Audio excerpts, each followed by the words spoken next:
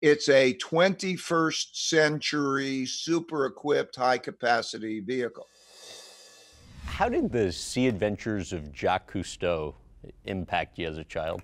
Well, I, watched them on TV and I thought, wow, that was cool. Not only going under the sea, but the things that were seen, the adventure, the discovery, and then doing it with friends and scientists who were interested in it. So it had an effect. It led me to dive, and because of diving, I got to see this directly, and so it excited me.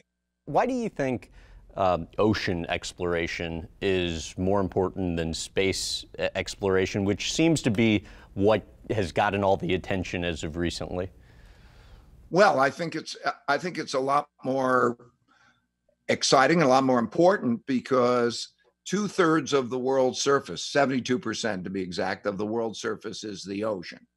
And if you take the highest point, Mount Everest, and you take the deepest spot, the Marianas Trench, they're about the same distance.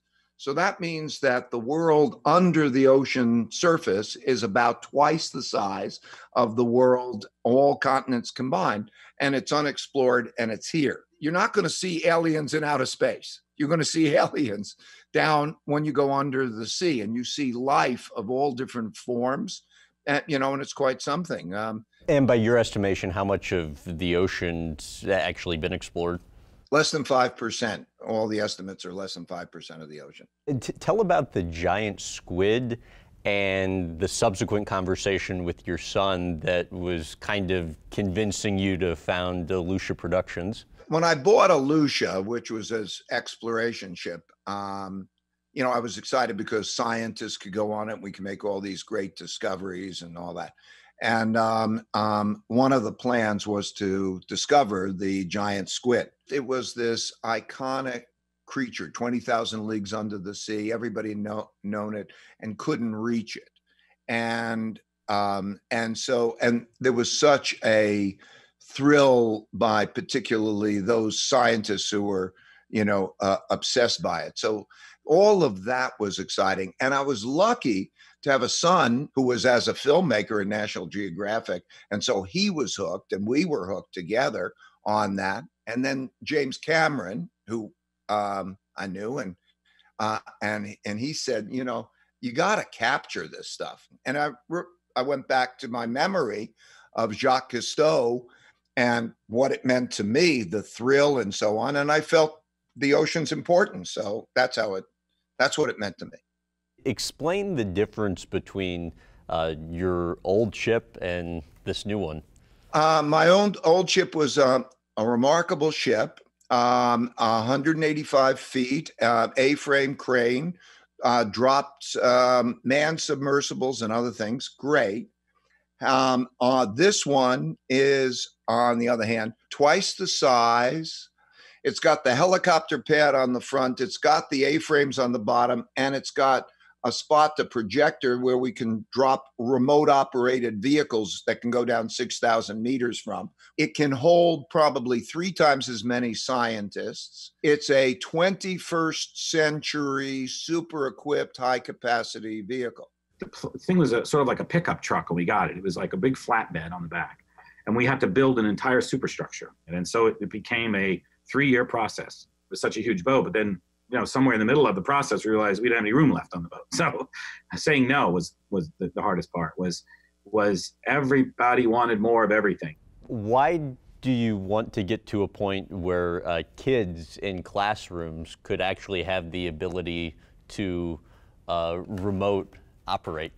I want to thrill them. I want to thrill everyone who's going to see it on social media and see it on TV. And by thrilling them, they will realize how important it is. It will be intellectually thrilling and emotionally thrilling. And as a result, they'll protect the ocean and explore it more. I mean, it's the toilet of the world. It does so many things for us. And in return, we give it too much acid. We give it pollution. We overfish it. We run over whales in our boats. The open ocean is just the wild, wild west. So it needs us to recognize that like they always used to say, there's not a no peeing section of the pool, right? We're all living in the same pool, so you got to take care of your part of the world because it spreads everywhere. So, we cannot continue to treat the ocean the way we have. I want to run through some of the notable trips you've been on over the years and just kind of get what comes to mind. The unexplored waters of Antarctica. It's a different ecosystem. For example, because the cold water has such an effect, you get giant species and you get different types of coral and different types of everything, really. I was on with Paul Nicklen, who is a great explorer and a great photographer and filmmaker. And I'll give you a moment. Like he took me on to dive with leopard seals, a leopard seal.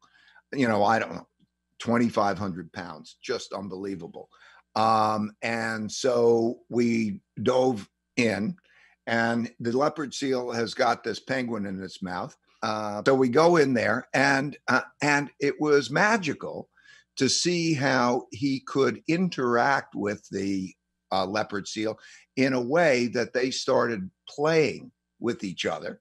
And the leopard seal wanted to give the penguin to him. He would put it out there and they would play. And, that was just a little vignette. Your son, Mark, he was talking about how one time he was, down in the vehicle and like a big 6-gilled shark bumped it. Any instances with you where you've been a little uneasy? I mean, not uneasy. But I've had so many mind-blowing experiences. I know we went down about 1,000 meters, maybe a little less, and it's pitch black, it's dark. We turn the light on, and all we see is some marine snow, nothing much. Shut the light off, and I was with a neuroscientist who was studying the biofluorescence